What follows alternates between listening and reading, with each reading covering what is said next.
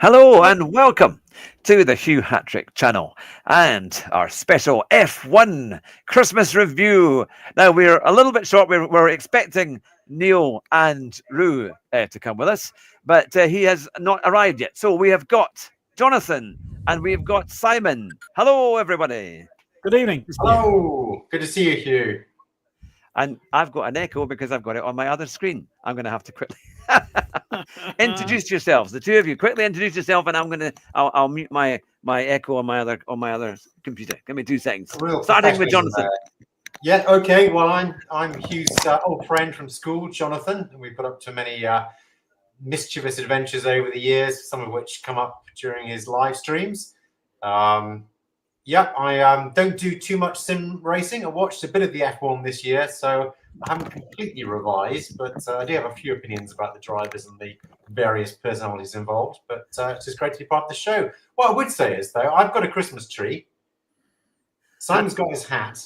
Hugh, where's your Christmas? Is this meant to be a Christmas special? I'm the Grinch. He's got those lights. He's got those lights going up the curtain or whatever that is. Oh, Maybe yeah, they're always there, though. They're always there. I can change that. Look, I can change that. You need to change it. There you go. There you go. I've got a red Christmas. There we go. I've got my. There we go. People from outside may think that means something else. There's a red light. Yeah, red light. Here in the middle of Anik. Only your mind could go there. We've got German Kiwi in this chat. We've got Dan Gleeballs in the chat. Very fast driver. 2 very, very fast drivers who have raced against Super GT and others. So yes, so it's very good to have you all with us on our Christmas special. Welcome along in. So yeah, so Jonathan, I always say we have guests and we have one real racing driver as well. Yes. Yeah, you are our marked real racing driver. I should have mentioned that in the introduction. I'm a real racing driver. Yes, I have an MSA license, which expired probably about 15 years ago, but it still means that at one time I was and always will be a real racing driver. So there you go. And well, you did actually race at the same time as Kevin Magnussen. He was on the same course. Yeah, he was on the same training course. Exactly. We didn't go wheel to wheel. We were in the same competition. Yes. At the absolute lowest point of motorsport, but it was good fun. I should have done way more of it. That was the thing. Rue has joined us. Good to see you, Rue. Welcome along. Welcome along. And now Kiwi has said Hugh looks like he's been in the sun too long, which is in England is not possible. Well, there you go. It's certainly, yes, we don't get much sun certainly this time of year. We certainly don't get much warmth. That's the thing. I've just spent half a bloody hour trying to. I got Helen here as well, and I just thought it'd be quite nice if she was on a microphone too. And I managed to get the picture through OBS Studio, but I've got 2 microphones and headsets, Bluetooth connected to my PC, but bloody StreamYard doesn't allow you to do. Do you want me to send Helen another an invite? I could send Helen an invite if she's got access to a tablet or a mobile. Over there. She's sat over there. But she didn't want to. We were going to do the thing where we were sat in our chairs looking at the telly, regally doing this. Oh, of course, because it's rush day tomorrow. Rush day tomorrow, and she's got to rush. She's got to rush. Hold on, she didn't want to be on this, but can we show off the shirt, please? Ready? Move the. Oh, there you go. Pillow. Move the pillow. We want to see what it says on the shirt, woman. I'm sorry, she's Welsh. She can't help it. Oh, I'm sure we've got many Welsh viewers who would support that action. Well, so she's a witch. Yeah, but don't tell them she's from Rill. What? So this is our special Christmas F1 review, and we've got all our experts, our renowned experts, on the show tonight who are going to give their view on the F1 season. And of course, if you want to ask us a question or give us your views who are watching today, please do so in the comments and we'll read out your comments as soon as we can. So now, Simon, you are probably our leading F1 expert. You have been to many Grand Prix and have great insight. In fact, you can remember lots of historical parts of the seasons gone. But this year, what would you say was the most exciting or the most enjoyable race of the season? The last one. Oh, really? The last one? Oh, yeah. Yeah, because it was at the end of all that bloody pain of listening to Mohammed El Khala talking crap. At least I won't have to listen to him for a few months now. Well, we've already been listening to him a few more weeks after the race, haven't we? He's already kept piping up. I'll come on to that later. Yes, it's interesting. Hello, I'm in charge now. You those told I kill you. Sorry. Might have to get a beer. I think it's loosening Bring up back a bit. Belest. Bring back Belest. Yeah, Balestra. My goodness me, that was the thing, wasn't He it? was bad enough. Oh my God! It's not often you look back and you think, Max Mosley was all right. Yeah. They all got caught for all sorts of things, but at least they could run F1. Yeah, but they were kind of, Although there was a great interview recently with Bernie Ecclestone showing all his car collection, and he's got an incredible car collection. He's going to sell quite a few of them, I think. But yeah, he can't help himself. What's the unboxing? I'm unboxing my Christmas present. Oh, yes. Oh, this is yes. Do a reveal. I don't know what it is. Yeah, Bernie Ecclestone can't help himself but be really sarcastic to whoever's He's interviewing brilliant. him. I do like Bernie. And the guy was annoying. The guy that was asking him was annoying. He was like, "Oh yeah," it's like he was really vicious. It's fantastic. So this is the big reveal. Wrap. I've got bubble wrap for Christmas. Perfect. It's like a cap. There is something in there. It's fragile. It is fragile. Yes, they nearly couldn't deliver it. I was in the kitchen. I've been waiting all bloody day. It was like 6:30 or something. They said they'd deliver till 7:30. And I'm thinking, Hattrick, why did you send it to my home address? You know what it's like around here. Anyway, I suddenly get this text message, luckily very quickly. We tried to deliver your thing. And I'm like, no, you didn't. So I legged it outside and the van was still there. And I'm like, are you in flat 4? And I'm like, yes. And then he goes, wait a minute. The system is from Yam Yam Country. He goes, hey, wait a minute. The system won't let me give it to you now. And I went, are you kidding me? Because I was about to punch him. And he went, only joking, Merry Christmas. And I'm thinking, oh, that was really funny. You obviously don't know this area. That's brilliant. Have you seen what they're doing now in some dodgy parts of US cities? If you want to get rid of like an old telly that's broken, you package it up in a box. Just leave it outside your house. And someone just comes and steal it. What I actually want to do is have very small packages. Have you ever seen? Okay, so it was the first time I saw it was on the DVD, like an extra for Men in Black 2, and it was called the Chub Chubs. All right, it was this fantastic cartoon, and it's these little furry things, and it's got all these fantastic what do they call them, Easter eggs in it. So you've got Yoda, Darth Vader in this bar, and they're listening to sort of an Aretha Franklin alien singing Respect, and the janitor's coming along, and he likes to sing but he can't sing and he's rubbish, and he ends up electrocuting the star, gets kicked out. Jar Jar Binks appears, goes, Missa, Missa, oh for goodness sake, the Chub Chubs are coming, and then he dies.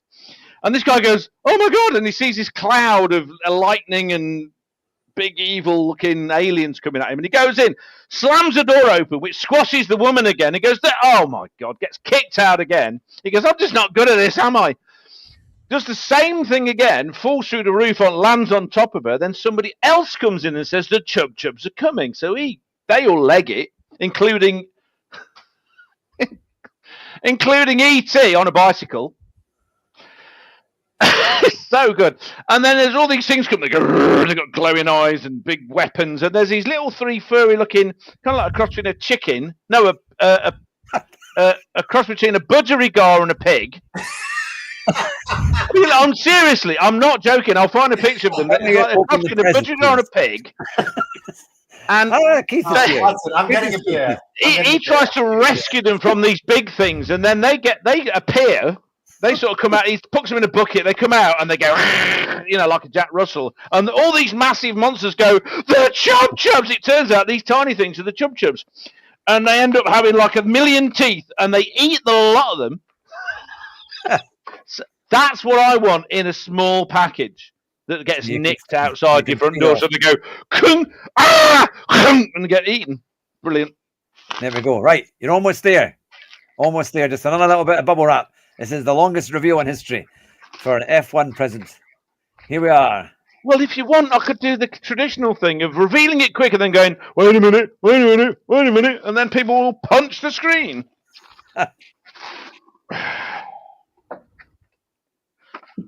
Is there Right, another we need to get package? a little bit loose. No, we're not there yet because there's yet another layer.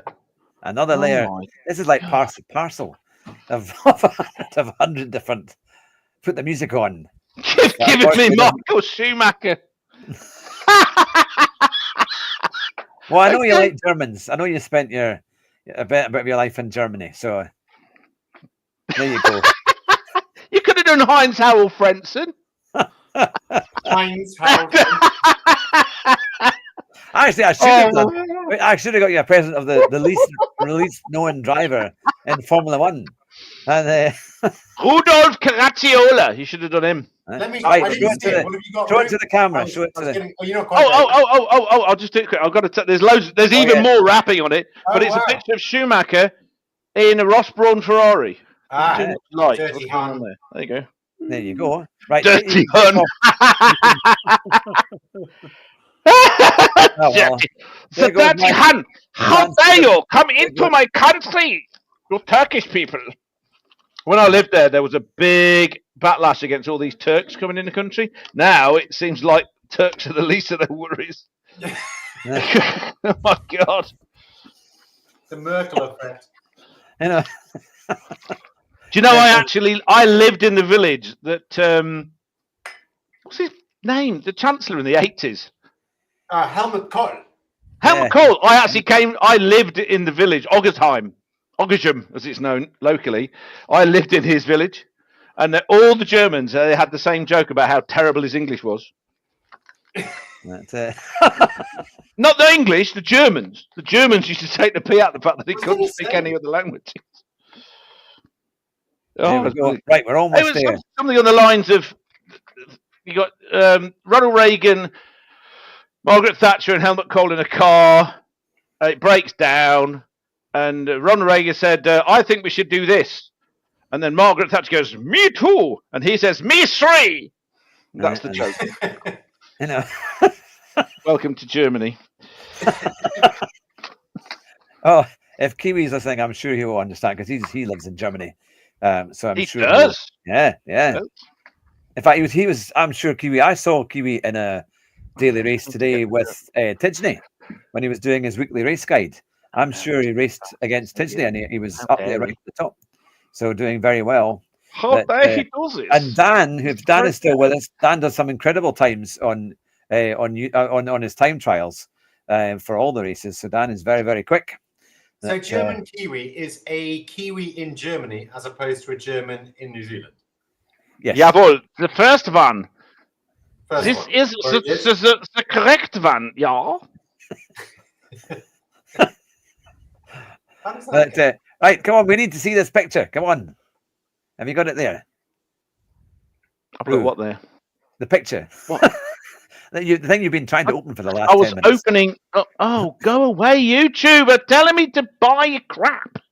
Oh, freaking! Oh, you need to get Oh, no, still go away. How many things does it go up? It's in good planes. I see it. Obviously, I've got really £13 a month. Lightning, I just did. and I see a Spitfire behind Simon. So I'm loving the British aviation. Yes. Yes. There There we There you go. There we are. There he is. Wow. It's nice, isn't it? I even got it framed for you. It's Wow. very good. Very good. Look, he's Wow. smiling, bless him. So Chairman is smiling. You know, he actually had a really good sense of humour. It's just he was sick and tired of British journalists asking stupid questions. Plus the fact that he kept crashing into people on purpose, which didn't help much. Well, I was listening to, is it Jerry Anderson, the ex-Jordan? If you listen to The Race, he's their sort of technical expert. Very, very good, actually. Very good indeed. And he he was talking about how, you know, Verstappen, this conversation we're having now, in fact, how Verstappen is well deserved in his. Yeah, I think this win. year has been. He kept in it all year. as well as his dominant start. Even when the car wasn't great, he still performed well. I mean, he had no. I don't think he had any That's the point. retirements. That's Did he have the any? point. That was the thing. He kept going. One. I think he had one retirement. One is something broke once. Yeah. Because even when him and Max came together at, I'm not going to call it the Red Bull Ring. They can sod off. The Österreich-Ring, as it should be called. Jawohl! And because he's a musician. I didn't know he was a musician. Yes, yeah, Right. German Kiwi. I was just going to say when we had a chance. He is a That's musician from Christchurch, New Zealand, and he beat Tidge by 7.9 seconds, which is a big margin. To be fair, that's a big margin because Tidge tends to race through the field. And Dan has been very busy, but now he is going to get racing as he's off for 10 days. But Dan is very, very quick. Now, I'm trying to think, Dan, I've seen you in a number of different streams. Now, what's the main stream that is it your own stream, or do you because you've been racing in the top rungs of GT7 for quite a bit, so you race against, I think it was against Sparks Theory, that I think it was not Sparks 3 I saw you race against, but no, Dan is very fast along with Kiwi as well. We've got some very quick people here in the comments and in our subscribers. Yes, that's it. It was Neil's. Yeah, unfortunately, Neil can't make it tonight. He was going to join us, but unfortunately, he's had a last-minute change of plan. So he might possibly be able to join us later on, but he wasn't able to join us from the start. Now, Simon, I did ask you earlier, and unfortunately, you were not able to answer at the time. What was your favourite race of the season? What was the high point of the season? Getting back to where we were 20 Yeah, minutes where ago. So I think what we discussed before we came live on air, Hugh, I think I'd agree with you on the British Grand Prix. Just generally the weather helped. You know, the wet, dry conditions, you know, sometimes it doesn't always work if it's not warm enough, but it was quite a pleasant sort of, like when the sun came out, it dried the track or the racing line very quickly. So it was judging when to go back on the slicks, or, you know, what the conditions were, sort of really spiced up the race. It sort of suited it perfectly, and it sort of had a nice fairy tale ending, didn't it? So, yeah, and it did look pretty close. It was only really the last lap or two that I thought, I think Hamilton's got it. But it was very close. Yeah, you weren't sure, were you? Right until the end. Yeah, no, definitely not. Yeah. But my thing is, why, if you're in the lead of you've got a car that's clearly competitive, being McLaren. Lando Norris is looking like he could really do something with the championship.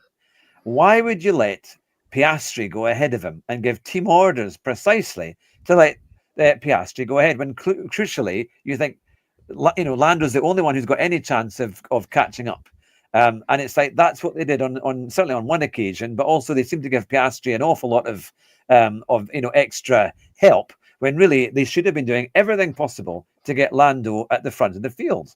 What's your take on that? I'll go to you first, Simon. I honestly don't think they thought they could catch it back.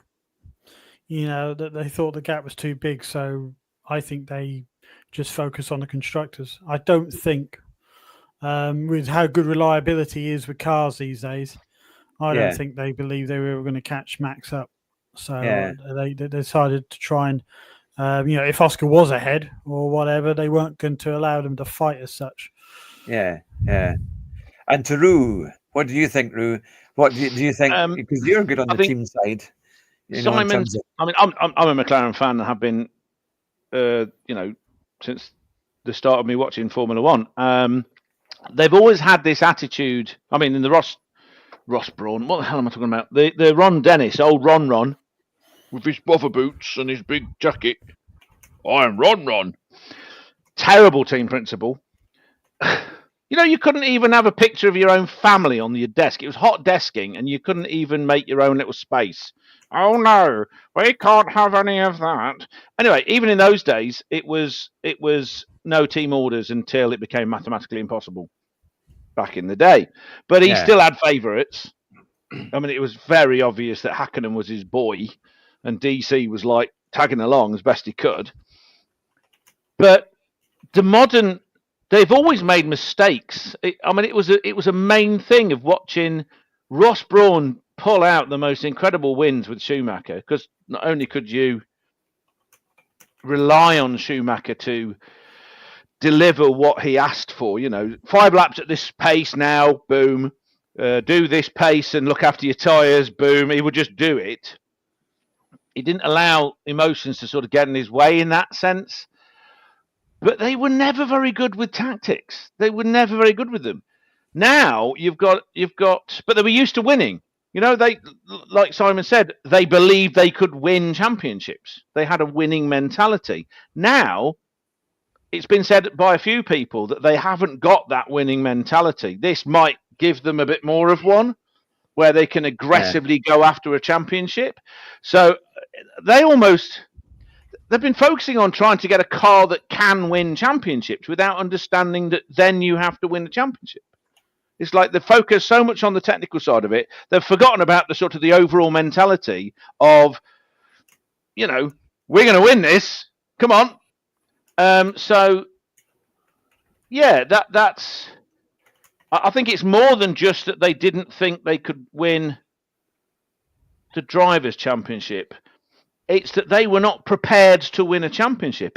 They looked into it in a way. It doesn't help that Norris. See, Norris, I look at Norris the way I looked at Lewis, in that so much was expected, so much was hyped about it, and then he used to make stupid mistakes. And then it seemed like Piastri was going to walk all over him because he's aggressive, he doesn't give, he's not, you know, that old-fashioned thing that they used to throw at Coulthard all the time, too nice.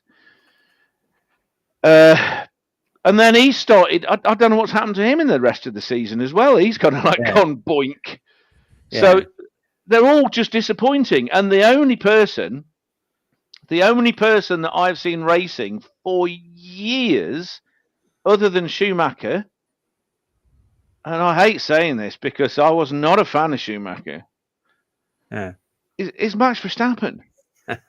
He doesn't make mistakes. He acts like a dick, but he doesn't make mistakes. He doesn't come off the track in stupid places in Brazil. He doesn't overstretch himself. He's like a mix of Schumacher and Senna. That natural ability, that focus. And reliability. But it is, see, Senna had this thing, and Brundle said this from his days racing him in Formula 3, is that he would go to a part of a corner and then it's up to you whether you crash into him. Schumacher had that sort of aggressive, almost terrorist-like way of I'm going to win at all costs, you know? Rosberg had a similar sort of thing, didn't he? I'll crash into you on purpose. And if you mix those two things together, you've got Verstappen. But you've also got the ability of those two people. You know? So McLaren, I think it's more than just that they didn't think they could win that one championship. I don't think it ever occurred to them they would win any championship. But then when they ended up in the lead, it was like, oh, okay. And to them, it didn't matter. Now, what they've actually done is they've paid off Lando Norris. So he was completely committed to McLaren. And now I bet he's sitting there thinking, I wonder if I can go somewhere else that will actually look after me. Actually, you wonder how long is Norris's contract for with Red Bull with McLaren? Simon. We need to ask the Simon. Simon is the encyclopedia. Another 2-year contract he signed, didn't he? I think. Because you kind of think, I know. 2020. Is it the end to the end of these engine, or goes into the first year of the new rules? Oh, so he's going till 2026, is he? I think so.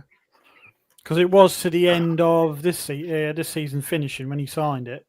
Okay. And I think it was a 2-year extension. Someone in the chat might know. That's going to be a good job, isn't it? I mean, every time they start getting everyone keeps talking about, we want closer racing. We want. And then they some change kind they change it. Yeah. Actually, I think next year could be really good. I know Brundle reckons that next year is going to be really good. He reckons it's going to be really close because they've had a good set of time now to get the cars right and kind of live up to the regulations. So next year could be an absolute cracker, which I hope it is. That because we don't want someone just driving away for every race and then that's it. But that's the thing. So there were other quite good races in the year. Obviously, the British Grand Prix, I think we all agreed was pretty decent. Miami, where Norris got his first win, because that was quite a close race. There wasn't much in it. Finally. Yeah. I'm trying to think of other races that were quite good. What are the other highlights, Jonathan? You've watched a few Grand Prix this year. I can't remember any of them, to be honest. I just don't remember stuff at all. But ultimately, with the McLaren, going back to that, it didn't make any difference, did it, in the end? So the fact that they didn't push Lando ahead, it didn't make any difference. So yeah, but you see those 7 or 4. I mean, it could be like 7 points. Pissed off Piastri, he may actually be their long-term prospect, because he's got more of an edge than Lando. He's, as we were talking about earlier in the pre-chat. Yeah, Lando doesn't have that edge, does he? He's too nice. Piastri's got a bit more of an edge to him, so he's going to be more a prospect in the future. So, although Lando may not be massively impressed by that, Piastri is probably feeling a little bit of a hug from the team. He probably feels it's quite nice to him. Yeah. And of course, McLaren is ultimately a car maker. Yeah. So they can stick on their 2025 models, Formula One World Championship manufacturer. They can have that on the back of their cars. Yeah. And in the US market, which, let's face it, for better or worse, this is becoming a US-focused championship. That's brilliant for McLaren. That's a huge market. Miami, LA, these are big car cities, and they will. They have a special affinity for the safety car, and getting everything the same, so that everyone's line astern, and then they crash. Do you remember back in the days when in IndyCars there was this massive, what's the word I'm looking for? Criticism about how they kept using all full course yellows and safety cars to bunch up the field again. And I was watching this on a video the other day, and I'm thinking, oh, that sounds really familiar. How suddenly every race had 3 or 4 safety. I mean, I remember the Baku, where it was going as a normal Formula One race goes, which is why I watch Formula One instead of IndyCars. Baku is good. Or E racing, where they're racing those washing machines. It's like and they're all, the only way anyone can overtake is by crashing into someone, taking a dive down the inside. No skill, no better engineering, nothing that says anyone's any better. The only way, if they did hill climbing that way, no problem, because then you can see the time differences. But in a race, if you are half a second quicker than anyone else, and there's any kind of downforce, not a chance in hell you're getting past. It ain't happening, because there's not enough of a differential, especially on these courses where they're like this wide. And now every F1 course is like that. We have Herman Tilke. Motors and batteries in e-racing. Is it all completely standard, or can they do it? Or can they just change the air? I don't know. I don't fan boosts and all sorts of things. But I mean, it's such a good point, because it's like if you have a traffic light shoot-off with 2 Teslas, there's no skill involved. You just stomp your foot down on the accelerator and the Tesla just goes. So that's why e-racing is never going to be that exciting. Unless it's the ability to climb out of the car when it's burning like a flare. If you can get out when it's had a massive uncontained lithium battery. I mean, come on. What the hell? It's just ridiculous. Where's my picture gone? It's your face, Roo. We're missing your face. You've turned your camera off. Coming back. I've turned my camera off, yes. I'm coming back now. What's he up to? This is my Christmas. This is my Christmas. My actual Christmas. This weekend is my equivalent of Christmas. It's 21/12 tomorrow. I've got Helen here. I've got my presents here. Shut your face.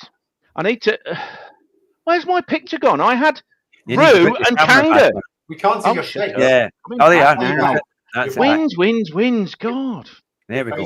All you ever do is moan. Now, here's an interesting thing. Oh, see your ugly face. Do you want to see this? Who wants to see this? Apart from that lunatic witch over there. Well, we can't see Helen, who is there. No, she was going to be on.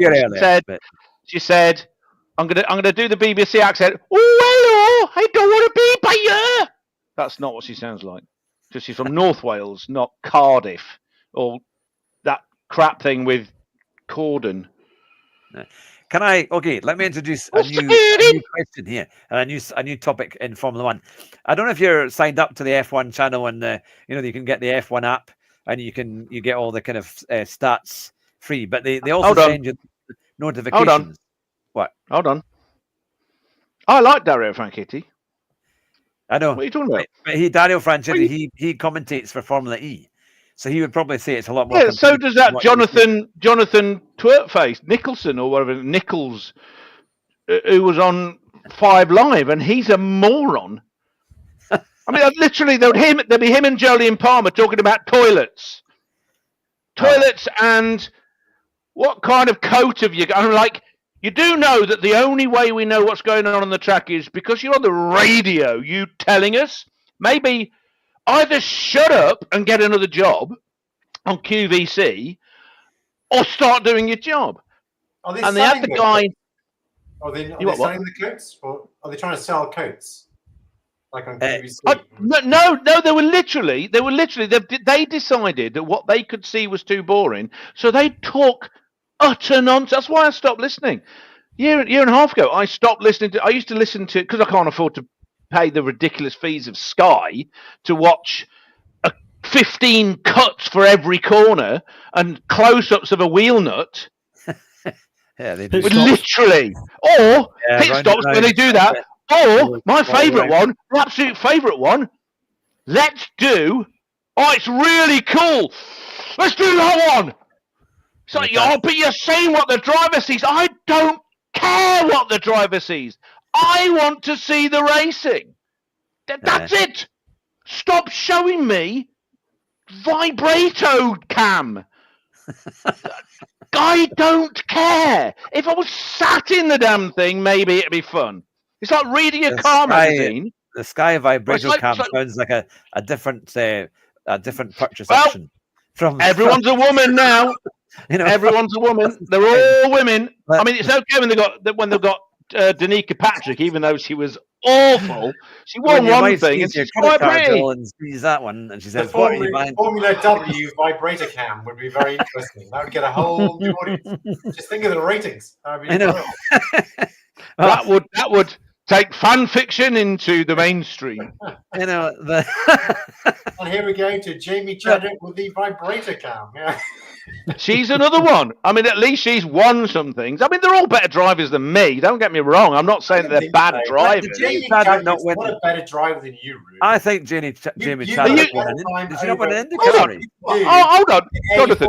A453 through bloody Wales. 470. A470. Get it? Not the 453. What are they? Whatever. I'm making roads up. Well, come on, sort yourself out. Look, listen. I mean, I'm with you. We had a conversation a long time ago when I was talking about Gina Carano, and we all love Gina Carano. Talking about I might have a bit struggle to sort of beat her up, and you said, well, and I'm with you more on that. I still think I'd get hurt because I'm simply not fit enough or fast enough. She'd get some pretty good punches in, but yeah, okay, fair enough. 5'8", 6'2". But driving, and I hold to this. Driving as a sport is, I think, the only thing, driving and say flying, things that require non-strength based skills, if that makes any sense to you. You don't need big muscles. In fact, they all end up looking like tiny. I mean, look at Lewis Hamilton. He's 4 foot tall. He walks around. The tallest F1 driver that I know of was, bollocks, what's his name? He died. He was tall ones now. No, there isn't. There isn't. Mark Webber's 6'2". Okay. He was a tall one. He was quite tall, and Gerhard Berger. Gerhard Berger was tall, was he? Yeah, he was like 6 foot tall or something like that. But I remember, Simon, you might remember this, back in the late 90s. They used to, when he was driving for Ferrari, they reckoned he had 10 horsepower less in his car because his helmet interfered with the airbox inlet. Goodness. I remember that being said. I remember Brundle saying that. But he wasn't the tallest. So Mark Webber's 6'2", and in those years where there was a time in the early 2000s where they all ended up being so emaciated because they had to get the weight down, and he was like this. He looked anorexic.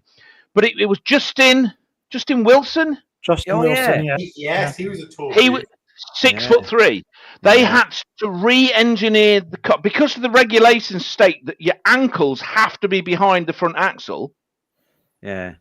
He simply re-engineering the car for Justin Wilson, was it? Well, they managed to get him in They did, but it was a struggle. He couldn't get a drive because they weren't willing to do that.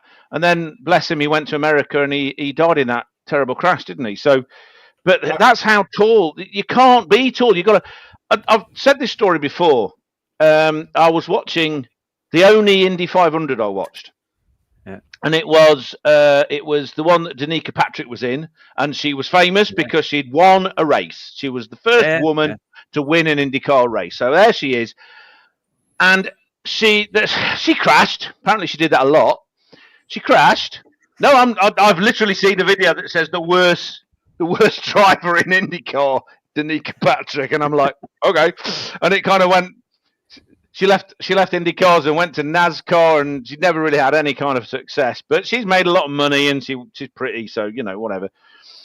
But she had crashed, and like that day when Schumacher and Coulthard came together at, was it Spa in the wet? Oh, yeah. And he's going to beat him up. He's going down, like this. She did the same thing because she blamed this other driver, whoever the hell the poor fellow was, for knocking her off. But she had a helmet on, and for about 5 seconds, I'm thinking, what's Nick Heidfeld going down there for? Because if you remember, Nick Heidfeld used to walk like a girl. He used to walk like a girl, and he's tiny. And I'm like, oh, is Nick getting that? Oh, no, wait, it's Danica Patrick. And that kind of like the build, the ideal build for a top flight single seat racing driver is a woman, a small woman, because the weight's low. Tiny little thing you can fit in, and it just made me think, oh, this is like the one thing where there's actual parity to start with, and it's just based on your ability then, and your ability to get sponsors and be really rich. Those two things. That's honestly, I hold to that. Well, all of them is you've got to be really rich. It cracks me up, this idea that Lewis Hamilton was some kind of penniless pauper and got it. No, his dad had 3 jobs and they were middle class and had a very nice house. It's like, I didn't grow up like that. There's not a chance in hell I'd ever be in karting. I couldn't even go to the Scouts because I couldn't afford the uniform. You know what I mean? Literally. So yeah, you got to have money. Look at Nicky Lauda.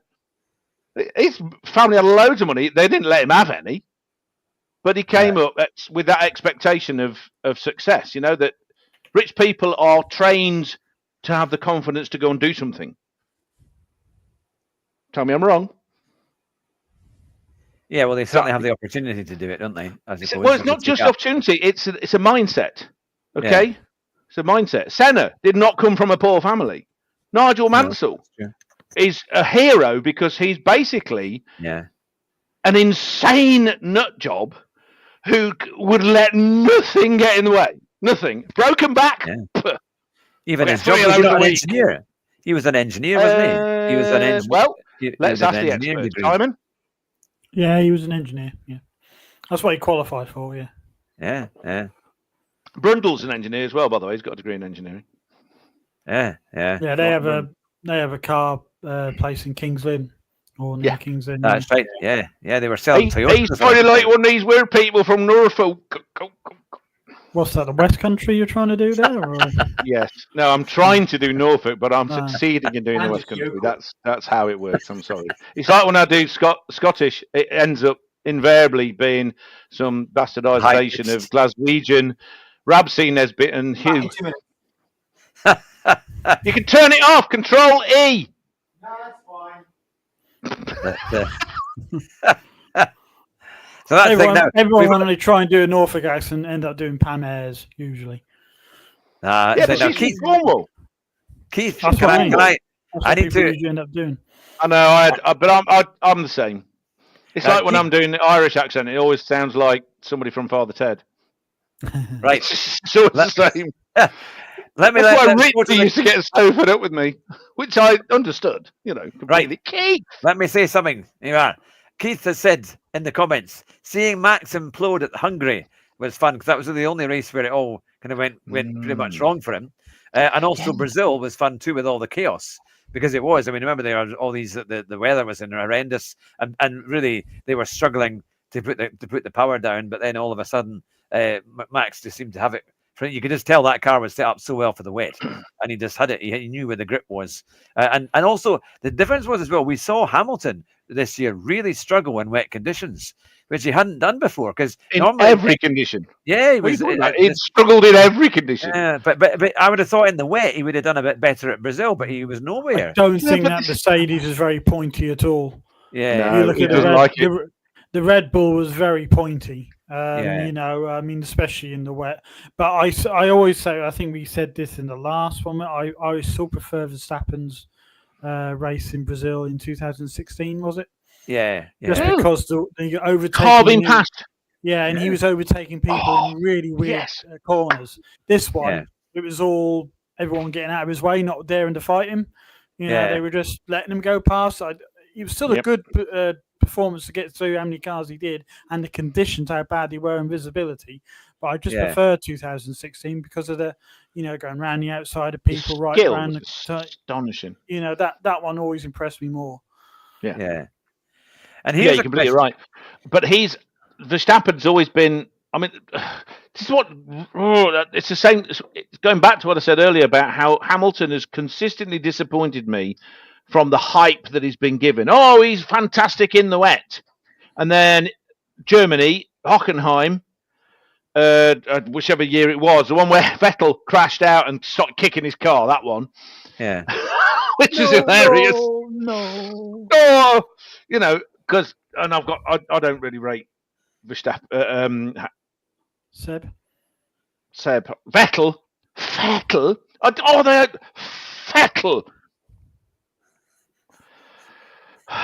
That Lord of the Rings and people trying to pronounce Welsh. I just want to strangle them all. Anyway,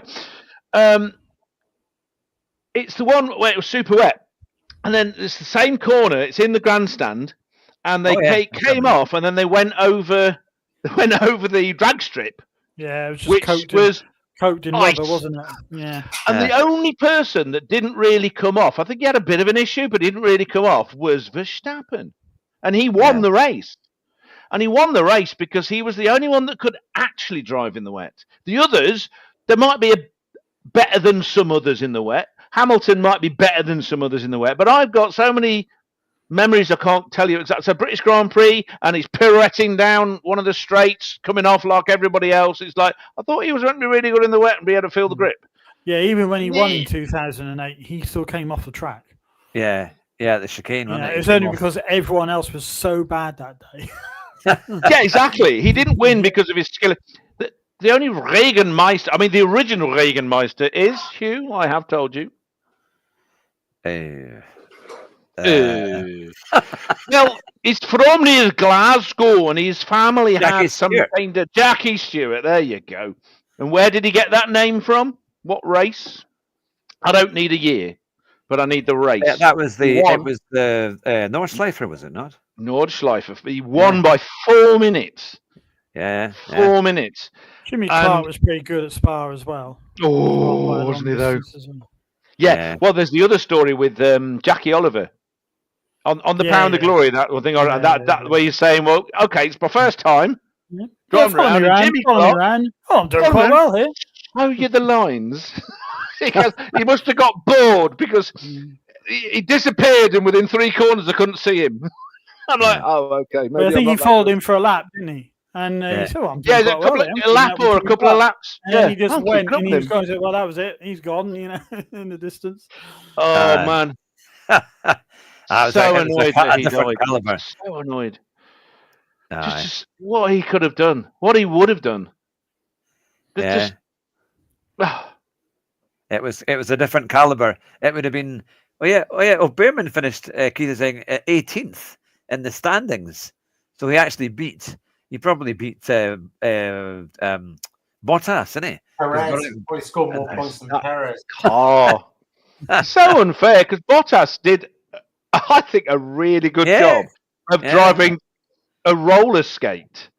I mean, it wasn't even a car. That car is, I think it's sacking people in charge of the Brit, and their idea of fixing it is Matteo Binotto. I have hair on my head, y'all. No, wrong accent. It's true. You know, Isn't it again? He's the Austrian bit of. No, he's Italian. Hey, I've got the hair on my head and around the glasses. I'm like an Italiano, a Harry Potter. No, that's better. He was awful. In charge of Kick Cyber now, Benotti. What? Is he in charge of Kick Cyber? Sauber, yes. Yeah, he's now the guy. Yeah. They sacked. There was like a power struggle apparently going between the two people that were in charge. So they sacked both of them and brought in Matteo Binotto, who didn't like Bottas. And now Bottas was like, I mean, what's the point of it? Is it Sauber? It's the old No, Sauber. it'll be Audi in Audi. 2026. Well, it's been bought by Audi. 26. So Audi are doing the opposite of what they do in every other motorsport. You know, in every other motorsport, they dominate and do a really good job. All right. They're doing. I think what they did is there must be a book of how to be massively powerful in Formula One, written by Toyota. Yeah. Right. Yes. Yeah. Oh, we are dominate all this motorsport, yeah. We go Formula One. Do the same idea. Oh no, we make a crap. Or Jaguar. Jaguar. Oh no, Jaguar's a different story. I know the story of Jaguar. So, Jackie Stewart and Paul Stewart made an incredible Formula One team. They had the second highest sponsorship of any team after McLaren. Okay, he went, hey, how the hell do you get a whole country to sponsor you? Malaysia. How did Jackie Stewart do that? Anyway, he did that, and they built. Now, previously, is Jackie Stewart exactly? BAR had come in, and they're going, yeah, man, we got the best designers in the whole of America, and tobacco. We're going to win races by the end of the first week. Yeah, and we got Jacques Villeneuve. 10 years it took them to win a race. 10 years, okay? Their budget, the overspend on their budget, this was something I remember that. So there was them and Minardi were the last two teams in the paddock. It was either their overspend on their budget or the price of their motorhome was the entire budget for Minardi. And Minardi was beating them on points. Jackie Stewart comes in and goes, we're not even going to get a point for 5 years because welcome to Formula One. It don't work that way. Points in the first year. I remember him crying at Monaco when they came. Didn't they end up on the podium? Yeah. On the podium, yeah. And they just got better and better and better. 2 years, 3 years in, they're winning races. And then he saw the writing on the wall that you needed to be a works team. So they had a Ford deal for the Cosworth engine, which was an excellent engine because, you know, Cosworth. Cosworth and Ricardo Engineering, thank you very much. Sells it to Ford and they go, hey, man, we know what we're doing. We're American from Ford. Let's call it Jaguar. Right. Jaguar. Forget all of it. Forget it. Jaguar. We don't want it to be gay yet. So what we're going to do is we're going to have 50,000 committee meetings to run this and get Bobby Rahal. He knows what he's doing because Formula One's the same as IndyCar. We know it is. Oh, no, we're crap. Oh, no, you got to turn right as well as left. Yeah. So what odds What do you mean? want What do you mean? on Cadillac coming in? They're going to be winning in their first week, yeah? So, hey, man, Formula what? Formula Big Man? Ford? Okay. Henry Ford, 57th Jr., do you know anything about downforce? Yeah. I don't know. I'm going to play golf. I'm going to play golf with Jimmy Carter. I'm off. He's not dead. Yeah. Is he? Well, not back then he wasn't, probably. Yeah. So there you go. Yes, Cadillac joining. What do you think about that? Oh,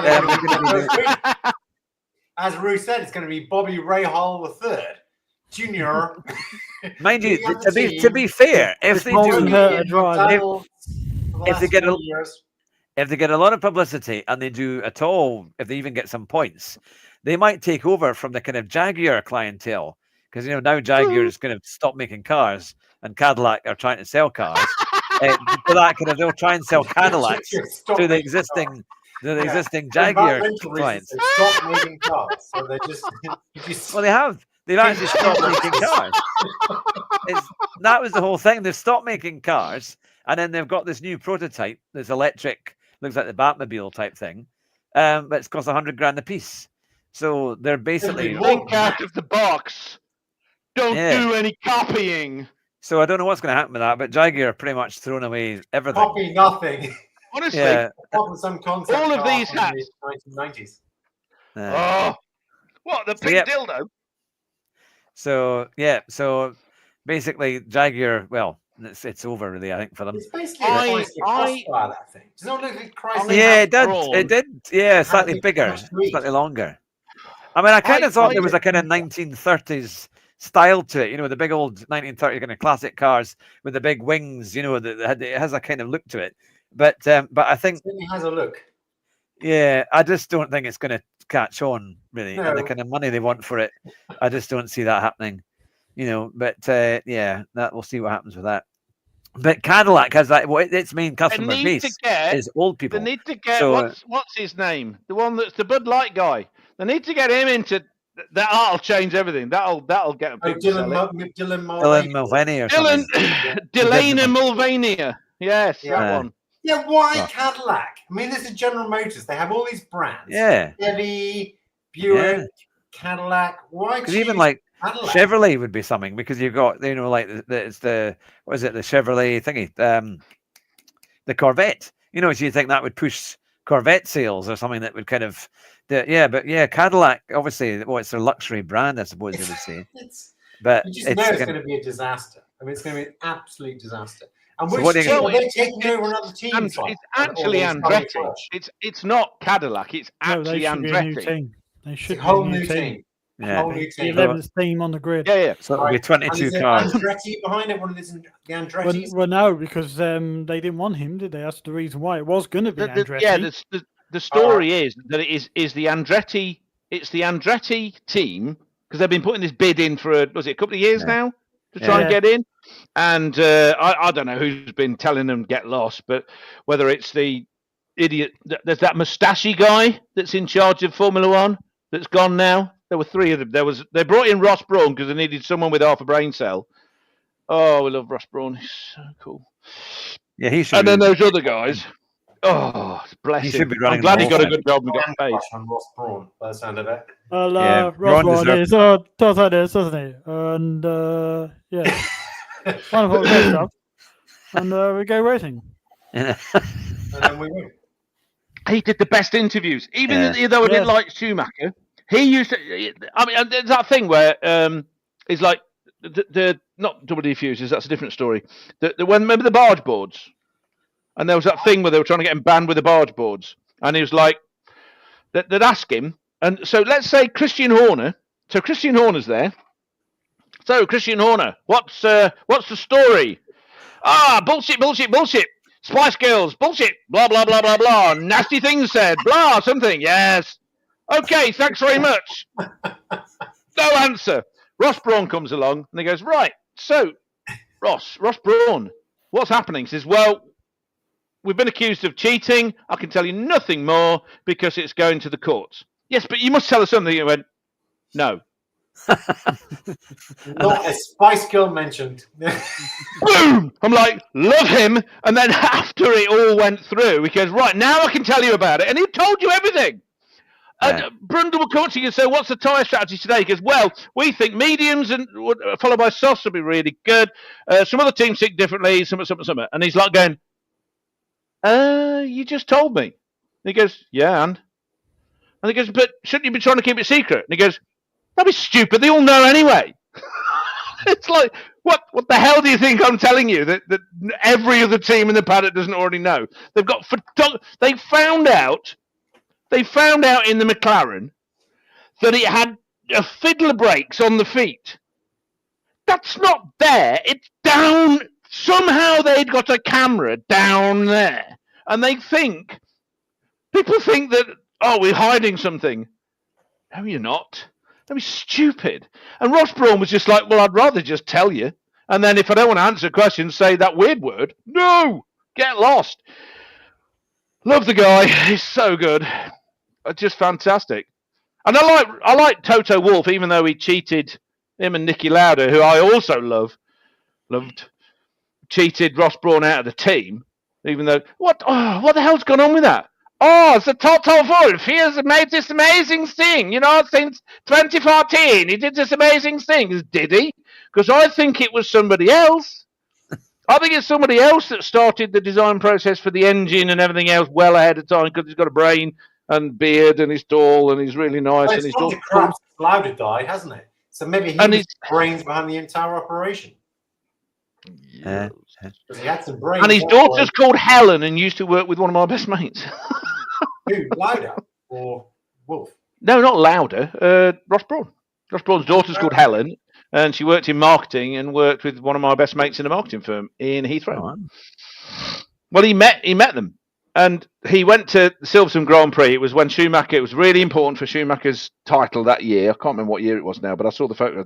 He was at a photograph with Ross Brawn and with Murray Walker. So they did work for Vodafone, so they got all the free tickets, the bastard. And so annoying. He didn't invite me, did he? Anyway, so he goes there, and Helen said, "I'll go get me dad. You can chat with him." And he's like, "This is a really busy weekend. I mean, this is like an important weekend for the championship." He spent 10, 15 minutes chatting away with him. I mean, just superb. What a guy. I mean, wow. Spend 10, 15 minutes. What's his role at the minute in F1? Sorry, I don't know. He's some kind of technical director guy or something. Yeah. Is he actually employed with him or a consultant? Yeah, it was technical, wasn't it? Some sort of role, title. And does he all to do with the designing of the cars, the idea. It was a lot of his ideas for trying to get them closer, wasn't it? Create this idea of closer racing. Yeah, which hasn't quite worked out. But to be fair, and obviously I'm much cleverer than Ross Brawn is something. I had the same idea of using ground effects because I was thinking it won't get affected by the wake so much, but I didn't know about all the other problems because apparently it's made them closer by time, and everything. But in terms of racing, it doesn't necessarily work out like that because you've got to solve the issue of dirty air. If you can't follow. Well, it's other stuff as well, isn't it? Because it's the raceability. It's also track design. It's also track design. I mean, modern track design doesn't really favour easy overtaking. But like I've always said about overtaking, it's not always about overtaking that is great racing. Great racing is sometimes just watching a fight, and there may not be any overtaking. Like I always argue, the last 7 laps of Monaco in '92. Between Senna and Mansell. Oh, that was incredible. There was never any. When I watched that, even though I didn't think he was going to get past.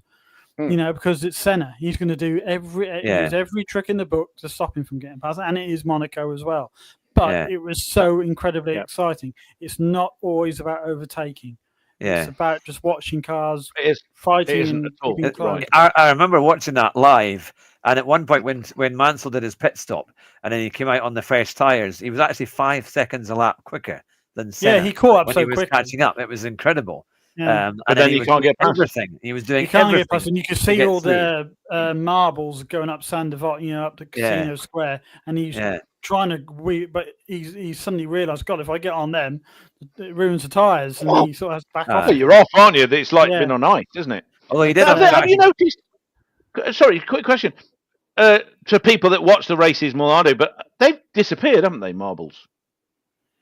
Well, maybe on certain tracks. It's not quite as bad. It's not as prevalent as what it used to be when we went to those. Because it used to be, you could see the line. You could see the line. Yeah. Now, I don't notice.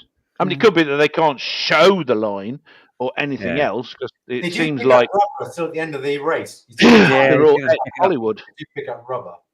Yeah. Oh, okay. I never forget when tyres involved, don't we? I never forget when we went to Silverstone, me and my mum in 2018. That was really hot that year. Oh yeah. And we went. The heat you just felt coming off the track, and that was after the race. Here we walked across to go to see the podium celebration, but the heat that just came off the tarmac was that was ridiculous.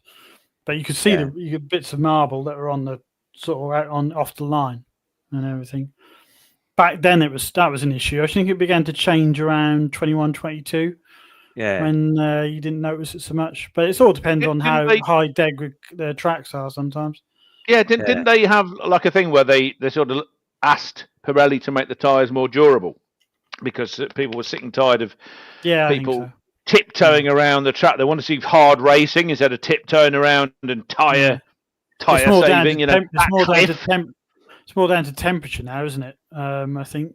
Yeah, though there is definitely a case where some drivers are better able to look after their tyres than others. So I mean, Lewis is, I don't want to be too hard. Too hard on the guy in the sense of dissing his ability.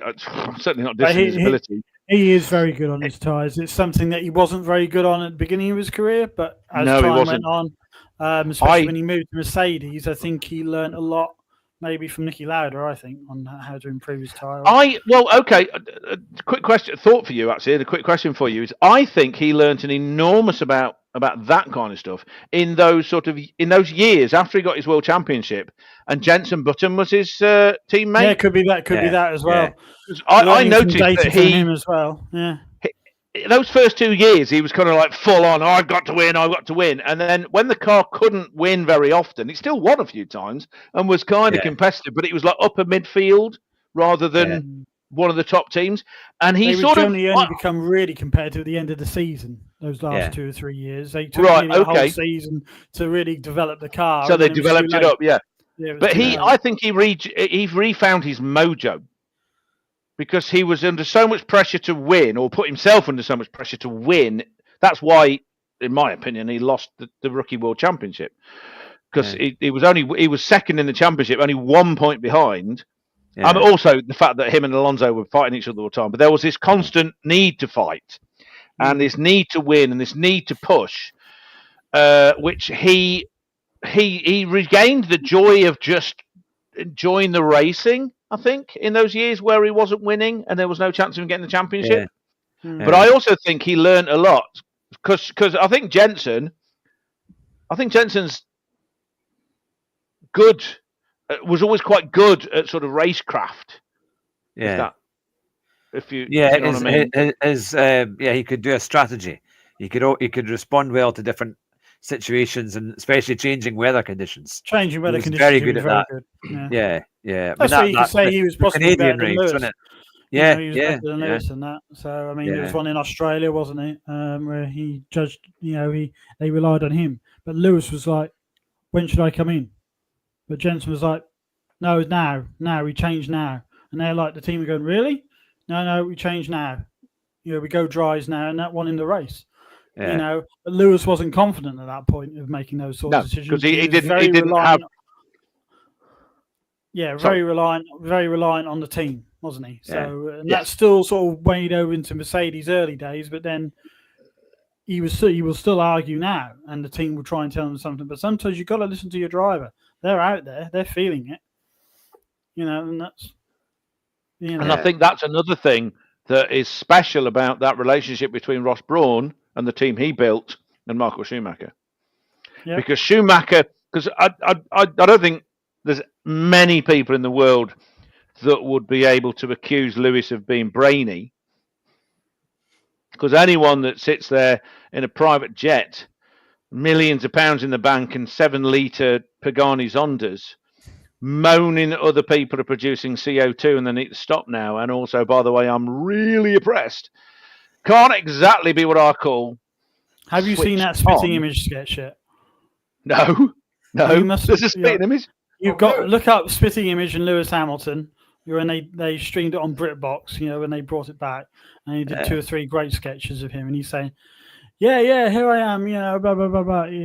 It's very important for the for the world, and the environment. I want to save the environment, but even though my main sponsor is Petronas, we don't care about that." Now we're on really China, human rights, and human rights as well. But in China, it doesn't matter because I got a race there, and. Let's not say what's a Uyghur. It sounds like some kind of weevil. And then he would end up. He would drive off, and he would say, "I used to date a pussycat doll."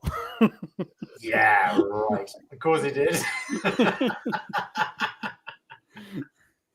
I've forgotten her name. What was her name? Nicole Shirtslinger. Yeah. Nicole Shirtslinger. Yes, Nicole Shirtslinger. I remember she did this thing back in the days when I used to watch television with my chitty wife. And there was one of these kind of, what was it? There was people, they had Sue, what's her face, lesbian, who thinks she's funny with glasses. Was it? Perkins. Yeah, her from... Yeah, Sue Perkins. She was on everything when I watched telly too. She was on everything. Well, she's. I mean, there's only one thing she could be to be more BBC, and that's identify as having melanin, lots of it.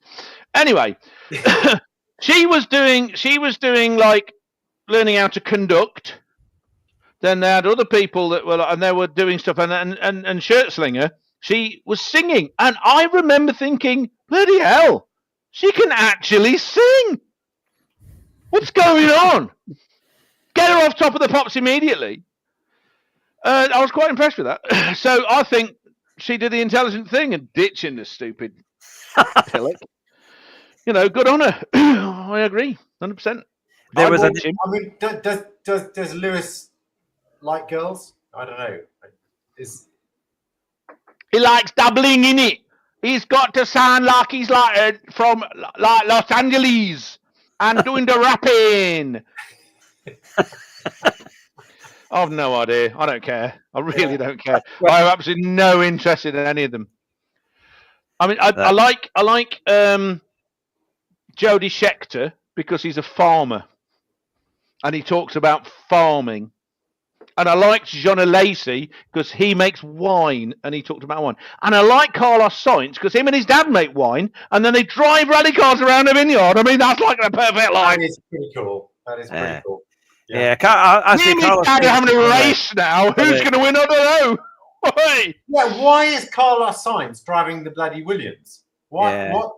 He's had a terrible run. That's interesting, isn't it? He's had a terrible run of choices for moving team at the wrong time. Yeah, just getting it wrong. Because he's much better. He taught the smack in it. He taught the smack. Pull out the Lewis. That is what happened. He taught the smack. Pull out the Lewis. And Leclerc, he's like, is Leclerc. He's going to be absolutely rinsed by Hamilton, I reckon. I really do think Hamilton's going to rinse him. Yeah.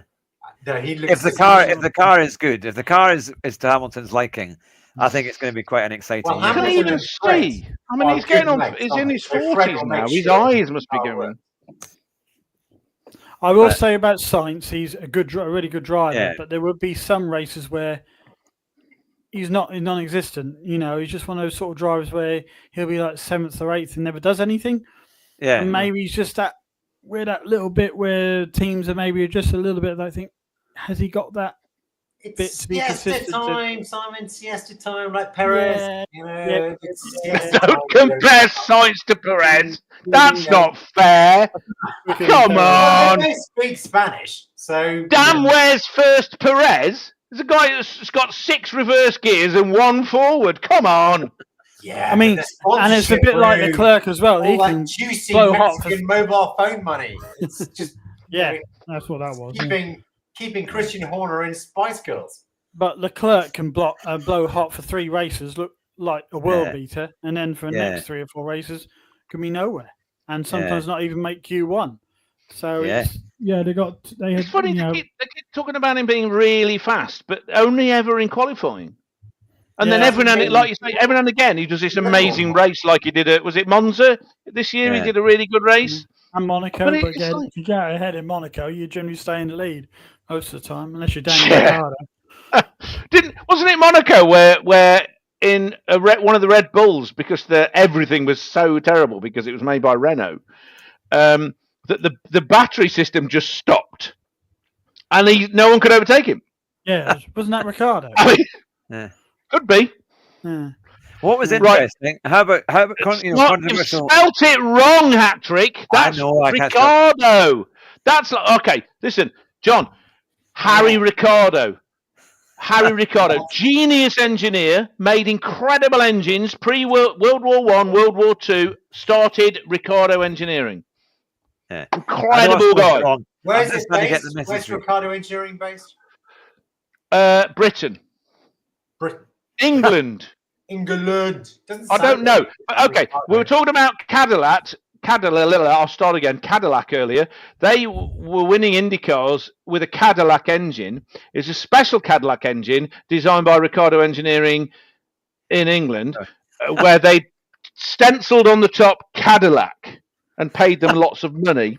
Then there's that McLaren, the McLaren 3.8 litre V8 engine with the twin turbos they've got in the P1 and everything thereafter.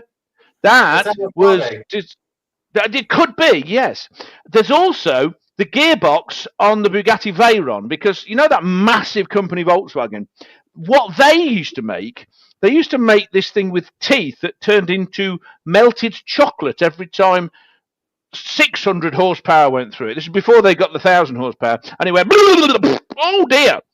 So they had to get the very German company that was invented by a man that was trying to beat Germany twice with his engines and engineering to make a new gearbox. And they invented a new way of cold forging steel to make a 7-speed gearbox that didn't die as soon as you used it. That's how German the Bugatti is. Oh. Well, we did win both the wars, so that makes sense. And one World Cup. Doodah. Thank you very much. Sorry. I'm trying to say on that bombshell, it's time to end the show. It's like, is it? No, I'm only. We've only just started. I'm only joking. Just got going.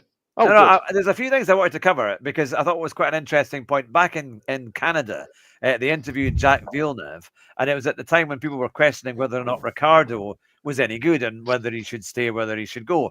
And Villeneuve did this incredible interview where he absolutely panned Ricardo. That the Sky interviewers didn't really know what to say. I'm loving Jacques. Yeah, and they said he wasn't scoring. He went through all the issues that Ricardo had and said no, he should go. He's been in there. Why should he be there? He's not competing absolutely well. Right. The guy can't drive the car. I can drive the car better. Yeah, so he went, and as a result, not long after that, Ricardo was booted out. But I'm trying to think. Well, I think he maybe just lost his desire for. I think he'd been to different teams and never quite had the same. That's not good enough. You need to be able to self-motivate. If you're in the absolute top echelon of drivers, you have to have that motivation from within. But the rumor is Cadillac's taking him. Is that what you've heard? Oh, I don't know. What? That would be. Why don't they take Bottas? At least he's fast. But then you think of the ratings. You've got to go for the ratings. And they need an American as well. So it'll be some American. Bobby Rahal at 9th. They keep talking about Colm Herter, don't they? There's the one. What? Colm Herter. All right. Brian Herter's boy, I think. But he should have... They were trying to get him into... I can't remember what team now, but his super license wasn't fully... he didn't have all the full points for the super license, so F1 weren't prepared to break the rules for him. Right. But he is. What you mean, like they did with Verstappen? Oh, possibly, yeah. But at the age of 12 or whatever it was. That's the previous ownership, isn't it? So yeah, but yeah, no, I think that's the reason why. But I think he's the one being lined up for Cadillac. I think. Right. It doesn't sound good, does it? Because Colm, that's like an Irish name, and Herter. That sounds like a hot dog maker. Sound like a terrorist. It does have a hot dog maker. Do they make hot dogs? Hello, hello. Richie, I'm apologising in case you're listening. Please don't hurt me. Hello, my name's Colm Herter. I'm Catholic. Oh, take that priest away from me. Where is the exit? Honestly, it's Ireland's largest lingerie department, as far as I know. Okay,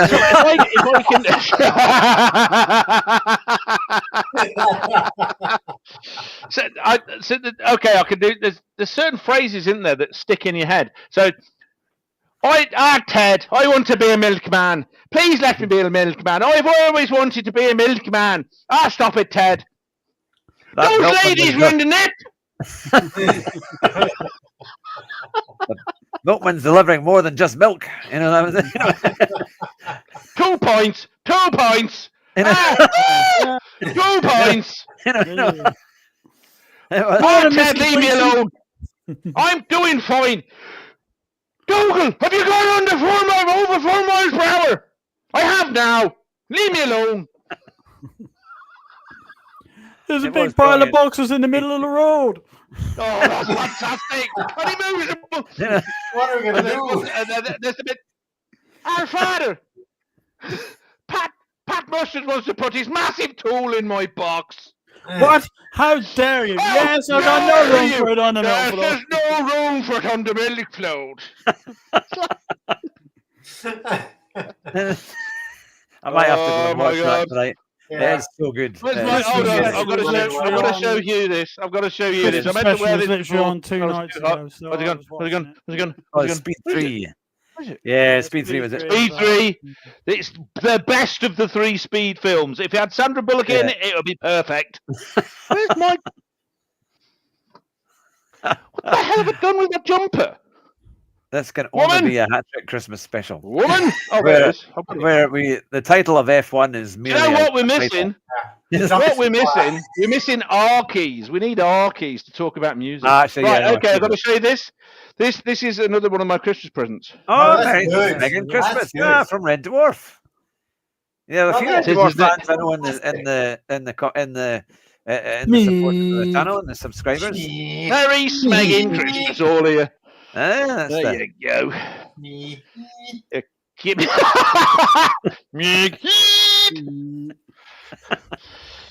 Oh, it's good. Lister, what have you done, you idiot? He keeps saying Smeagheed and waving a banana at me, calling it the Bolivian Navy. It's always the Space Corps directives that always used to get me. Space Corps directive. What about 2, 4, 5, 6, 7, 8, 9. I'm quite happy to bring a rabbi. Ginger wig while performing. I just don't see why it's a suitable thing for just now. Situation, sir. That was the sort of spiritual successor, wasn't it, to him trying to speak Esperanto that time. Yeah. No. He goes, "You want to ride a donkey round the shop, sir? I don't know what that's got to do with this situation, however." What's the one about your mother? We need to go to red alert. Are you sure, sir? That will mean changing the bulb. That's right. Yeah. But it's all these little details. So you know when they have that massive crash and his hand gets an eye put on it and off it goes. And the reboot sequence, you've got to you need the DVD version to be able to see it properly, because it's like Puce situation, Puce or something, and all these stupid colours. Taupe, yeah. Crapola ink. That's great. Taupe alert. No, Silicon Heaven. That'll be in my brain forever now, because at work we sell taupe parasols and things like that. Taupe as a colour. We've already mentioned. I'm in my brain now.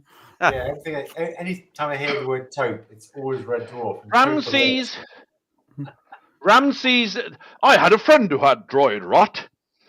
Yes, he went around doing something and calling himself, and this bit I remember, Ramses Niblick III, kaplunk, kaplunk, where's my thribble? I've always been able to remember stupid things like that. It's like in the Monty Python and Holy Grail, where again, we are now no longer the knights who say nee. Shh.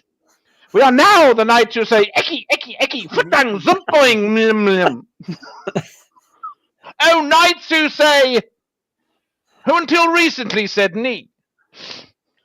Well, for all our podcast listeners, cut down the mightiest tree with a herring. Anyway, carry on. There we are. Red Dwarf was fantastic, and it's good to have these chapters of diversions in the show.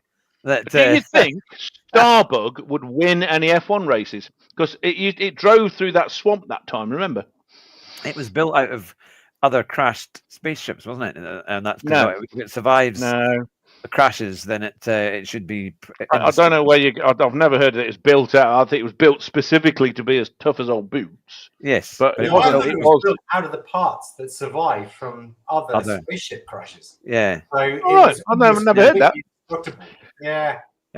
See, folks, you learn something new every day, especially about the important topic of Red Dwarf trivia. It is. Is there anybody out there? Lego Starbuck. That would be an amazing. We might have to change the channel subject. But has anybody out there ever watched Series 8? If you have, why? What's wrong with you? I watched quite a few of them. I think we watched all of them. Oh, I didn't mind that. We just thought when they. Well, I've watched 1 to 7 and 9 onwards, but I've not watched 8. I tried to watch 8, but I nearly broke the television and the video recorder at the same time by smashing it to, those things. It was so bad. Never the same. It's like Simon and Garfunkel. Once they'd split up, it was never quite the same again. I mean, Series 7 was bad enough. That's not Kachansky. Kachansky's Claire Grogan. There is only one Kachansky, and it's Claire Grogan. I don't care about anything else. I mean, she's a lovely lady, whoever that person was. She should be Kachansky, but she's not Kachansky. All right? Thank you. On that note, I will actually have to look at ending the show because it's bedtime here and for the children, and I need to end the show about now. But look, we've got lots of one quick thing before we finish. I know I haven't got Netflix, but have any of you been watching Senna? Oh, the new one. I have seen the trailer for it, but I haven't started watching clips. It yet. But the big thing here in Norfolk is obviously we're. Of course, because obviously he raced in Snetterton with Brundle and that. Yeah. In this series, Snetterton is seen to be in a mountainous range, and as we all know, Norfolk is reasonably flat, and you can see these mountains in the background, and mountains. It's quite funny. But as Snetterton did see it quite funny, they actually posted on Twitter saying, well, on a clear day, Old Buckingham, which is the village nearby, you can see the hills and the mountains just beyond Old Buckingham. So, I've not seen it. Can you send me a link over? It'll be on YouTube. I know the trailer. Just put I was just thinking, because if there's mountains in the background, I can only think of two. I'm not. Okay. Everyone in Japan and America who thinks that's a good thing to do, no, it isn't. Fair enough. It was filmed in German. It was filmed in Argentina, apparently. Oh, okay. Because I was thinking it might be Anglesey, because you can see the Scene Peninsula and Snowdonia behind. Yeah, it was filmed in Argentina. It's just funny that it's supposed to be Snetterton, and you see these British fans, like football fans, like hooligans, going having a right go at Senna and everything. And there was someone who again tweeted, who was there in the days of the Formula 3 days. They said, "I don't recall anyone acting like that at all. Shouting." Well, it is Netflix. It is Netflix. But, so perhaps it doesn't matter what anybody says. My grandmother told me everyone in Britain's a hooligan and black. Yeah. But not on the BBC, because only white people are hooligans. We all know that. Come on. It's so true. You can't. It's like what I was watching something the other day, and they were talking about some drama show on the BBC. Oh no, it's a remake of the Railway Children. It's like someone's written a story after the after the Railway Children, based on the Railway Children. But of course, so the book's fine. The book's perfectly good book, In the dramatisation, it has to be mixed race. And on the BBC, to be mixed race, you've got to have a black husband with a white wife. But then in the story, they realised the husband is in prison. So they went, ooh, we can't portray that. That's a stereotype. So they had, probably the only time in the BBC ever, had to swap them. So it's a black woman and a white man. So the white man's in prison, because that's definitely naughty white man. He probably did something with being far right. Have you ever used AI to give you a picture of Nazis? Now it actually gives you black Nazis. It's quite funny. If you say to AI, give me a picture of Nazis. I've seen it. It's hilarious. I've seen this thing where everyone, I mean, literally everyone. There was a big thing, wasn't it? Yeah. Where if you asked them to show like Napoleon and he was from Nigeria, or it's like Nicholas the Great. Yeah, he's from like South Africa. Yeah. Or anything like that. Yeah. Alexander the Great, definitely sub-Saharan, Bangladeshi, 100%, and probably a Muslim. Yeah, that's a well-known fact about Alexander the Great was he was definitely Two Muslims. He's two Muslims because he was also gay. Yeah, the Macedonian. Okay. And as we all know, right? Queers for Palestine. They won't throw you off of a roof anywhere. Best interview I saw was this fella dressed head to foot in drag, microphone, going around in one of these big Palestine, things in America, going, and his thing is, this guy was so queer. I mean, it's so obviously queer, and he's asking questions of these protesters. They had the yogurt on and all this kind of stuff, and then he goes, "So you do realise that if I go to Palestine, I'll be killed?" And they went, "What?" Well, like they murder gay people and people like me and throw them off roofs. And they're like, "I didn't know that." It's like, what you doing in this protest? Nothing. You're not even. Can they read? These are people at Harvard, and they can't read.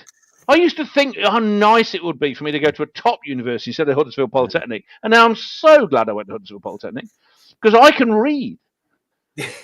Actually, good luck with editing, Hugh. I know. Honestly, I don't have to cut the last half hour out of this. I don't know. Something's happening. What's going on here? Oh, it's fine. On that note, we will have to end. It's been a great Christmas on special. That bombshell. It's been an incredible Christmas special where we have discussed F1 to a degree, and then we've managed to get onto lots of different exciting topics. But thank you to everyone who's been watching and listening and contributing here on the comments as well. Thanks for a great year. We'll be back with I'm sure, a great package of content for next year. We've got lots of exciting things coming up. Which we will, and I was hoping to talk more about tonight, but we've not quite managed to do that yet. But we'll be back very soon. But have a fantastic Christmas, Happy Christmas, year, everybody, Happy and we will see you very soon. Greetings. Bye. Happy holidays, Cadillac. Shut up. Happy.